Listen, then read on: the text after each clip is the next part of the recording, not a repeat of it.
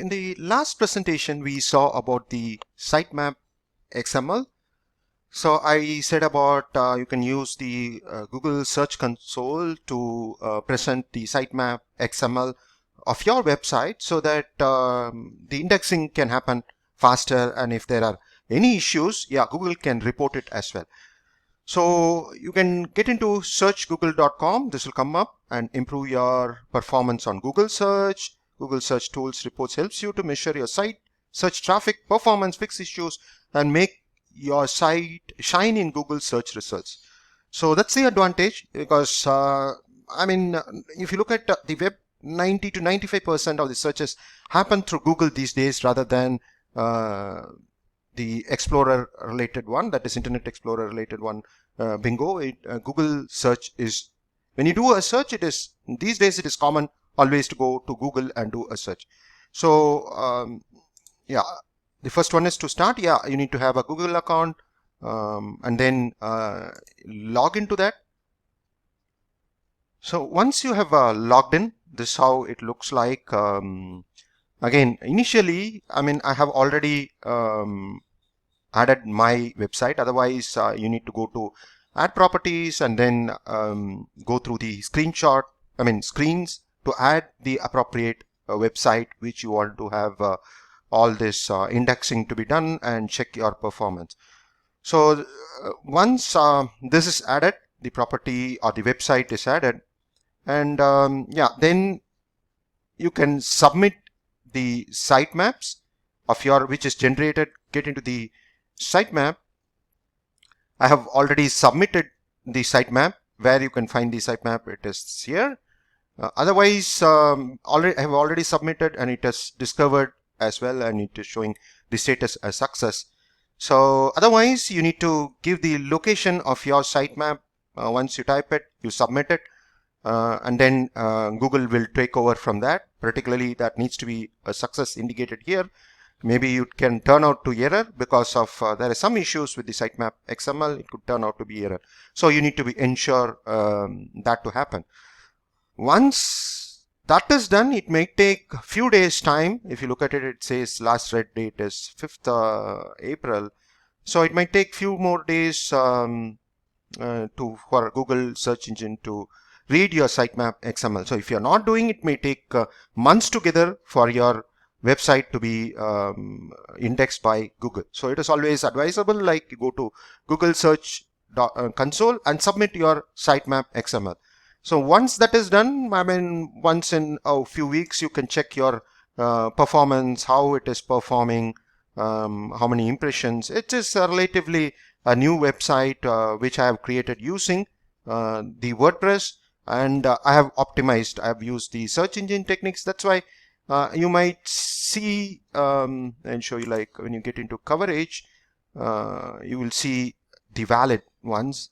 See, this is the time when I moved into the WordPress site, and this is the time actually from March end onwards I've started using use the search engine techniques, and I have presented my sitemap XML. That's where the number of pages searches, search engine, because search engine, Google search engine is presenting my website web pages, the number of impressions is going up.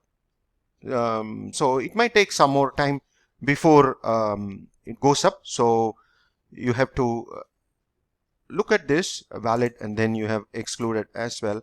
And one more thing is look at the mobile usability. This will come as we progress. The site needs to be mobile friendly. So it has been made mobile friendly. That is where it increases. So that's about using the Google search engine. One is that point number one, you need to add the properties. Go and add properties if you're new, if you're not used the Google Search Console, you need to add. And once that is there, you need to ensure that the sitemap is submitted. Once the sitemap is submitted, it will show you about the discovered URL. Maybe a few days it will take, and it will show you which are all the discovered URL, and the status will turn success.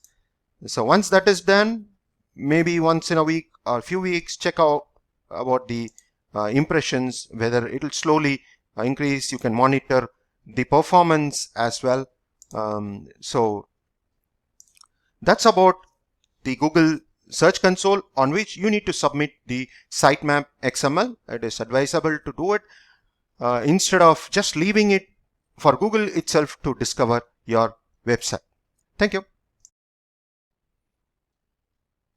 Let's now look at another parameter which could potentially impact your website, which is related to the loading of the website, and then it will subsequently impact your the rating as well. If the slow websites, yes, slow websites are very tedious, and it could discourage the user from getting into the site. So one of the techniques which is generally used is that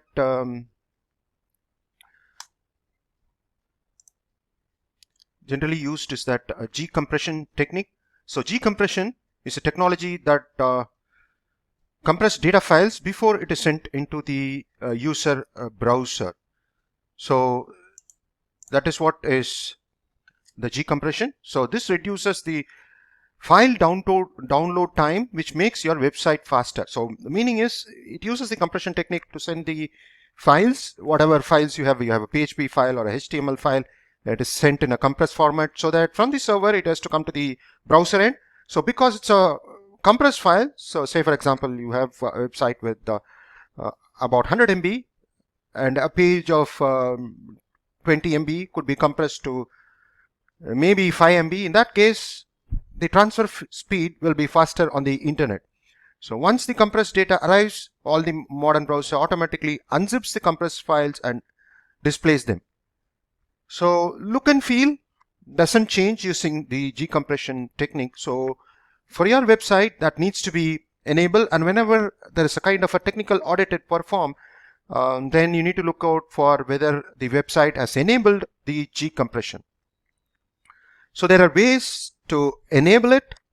I'll just outline that. So if you have a technical skill, then it will be pretty useful as well.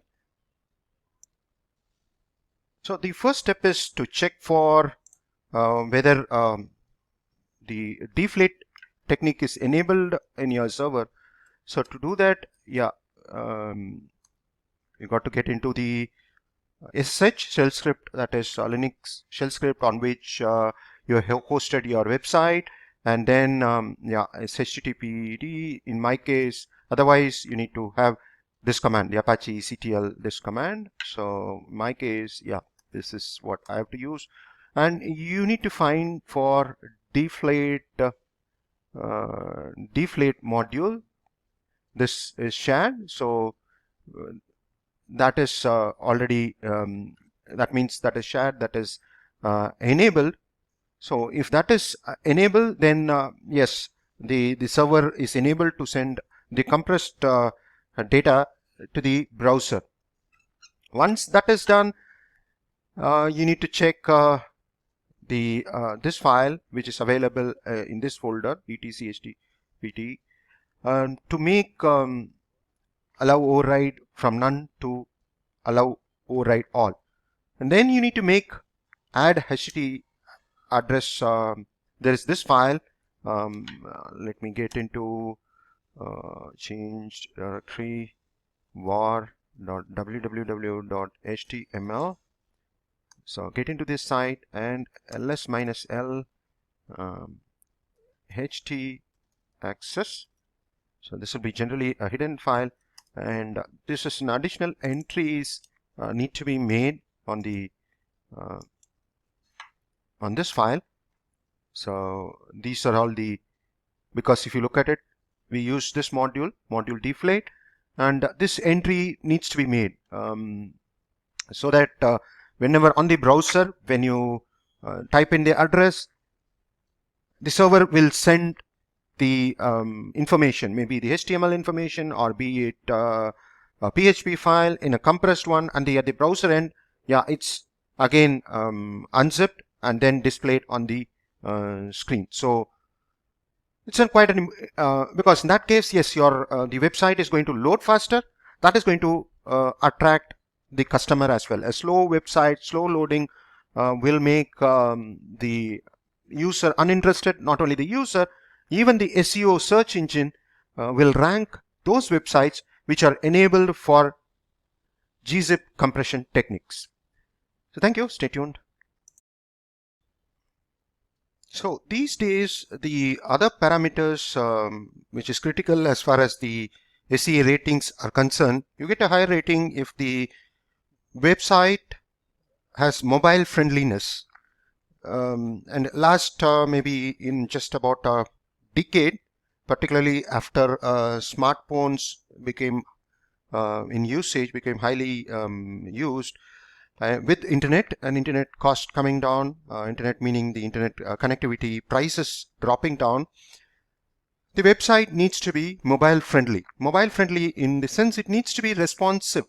Responsive in the sense if you have designed a website just for a browser, it need not necessarily be, it cannot be or need not be necessarily be user friendly when you use a mobile. So let's assume a person is using a mobile device to browse a website, and if it is not mobile friendly, by the way, mobile friendly, this is a common term used to refer it. Responsiveness. The site is responsive, meaning if someone uses a browser, it needs to display the content in certain format. And in case if they are going to use a tab, then it needs to be in a certain format. And then if it is going to be a mobile device, because mobile device screens are small, then in that case it needs to be designed to display data in the a slightly adjusted format.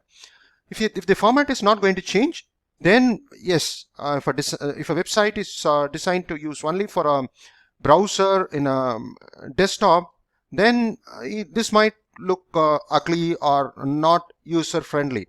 So you need to have a website which is mobile friendly, and that is where if the SEO search engines identifies, yeah, this site is mobile friendly, yes, naturally it will have a higher priority while listing that website. The next one is this, we have seen the speed of loading. There are a number of parameters, speed of the internet, that you can't help it. The owner of the website cannot help it. Location of the web server. This is critical because nowadays what's happening is, if a company is quite huge, what they do is they will have the website, I mean they host it at a different location. Maybe if a person is browsing from APAC region, that is Asia Pacific region, they would have hosted their website in the web server located in the APAC region.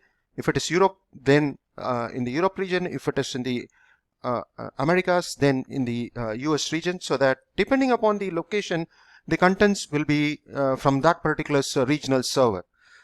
And again, the hosting service provider is important, who has got who has built up reputation over the year. Naturally, it could cost higher when you host in their server, but the trade-off you get is that you might get a better speed with that service provider who has a reputed name in this industry. And the plugins, if you are particularly using the WordPress in the website, different plugins you use could substantially impact the speed of the website loading. Finally, the last point is, yeah, this is in your hand. You got to enable the GZIP compression technique. You need to have that enabled so that the data is sent in the zip format. The browser will unzip it and display the website information. It will not have any impact on the quality of the images or the contents. And finally, redirects. A redirect is a way to forward a person from a URL that may temporarily or permanently be accessible to another URL. I would not say this one as kind of an, sometimes they say SEOs, if you're not having a problem, because naturally the page will error out in case if you're not doing it proper redirect. Say for example, you have if there is an acquisition, company A acquires company B, then yeah, company A website need to be redirected. I mean, rather it's vice versa. Company A acquires company B, meaning company B is non-existent. So naturally, wherever the traffic comes to B, naturally it needs to be redirected to A. So if that doesn't happen, then it is a confusion for the user. So there are different techniques. 301 direct move permanently, particularly when there is acquisition happens, a company acquires another company. Yes, the company which goes out of business, probably you need to have a redirect. Move temporarily when probably you have some issues with a particular website hosted, then yes, there need to be a redirect which redirects the user to a different location. And 303 is for other conditions, business condition which might happen. So in a nutshell, these are the technical SEOs. So when you do an audit, if there is going to be an SEO audit, all these parameters will be checked. And of course, the SEO itself will check for these conditions, and whichever the website satisfies, then naturally it has to be these websites will go up in priority over the period of time. That is, when you do a search, it goes up in priority depending upon the searches the user makes and the meta descriptions which is made in the website, and so many other factors, the loading factors, the mobile friendliness, so many factors are considered by the SEOs, so that it appropriately ranks the web pages in the browsing result, not the browsing result, the SEO results. So thank you, stay tuned. Let me quickly demonstrate the responsiveness when the website when it needs to be viewed from a mobile device. Let's see how it looks like. So now, of course, you see the screen on my laptop. It's a full screen. So what is happening, what will happen is actually with the mobile site, I mean, when you, because on the top you have the menus. So when the screen is going to be smaller, then naturally all this which is on the top will get kind of a sandwiched and it will look awkward if you have not made it responsive. So what I will do is just for understanding purpose, suppose if I move it, say as far as these are all, screen could be for a tab, there is no changes. But once it comes to a mobile size, you have the menu changing over here. You have an icon. It's a kind of that is what is the menu is going to look like. So you'll not have the actual menu which you see in the desktop, and even the screen gets slightly modified. Earlier, if you see you'll see all the 4 business web services being displayed when you see on the desktop or the laptop, but now it gets adjusted. So that way it becomes more presentable when even if you look through the mobile phone as well. So it will automatically adjust when you view it on the browser, irrespective of whether it is a browser used in the desktop or from the mobile phone. The screen is said to be responsive.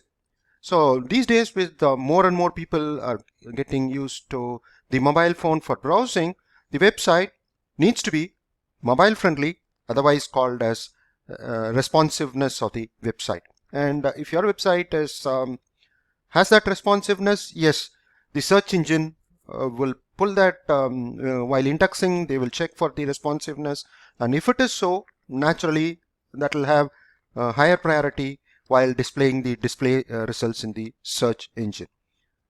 Thank you. Stay tuned.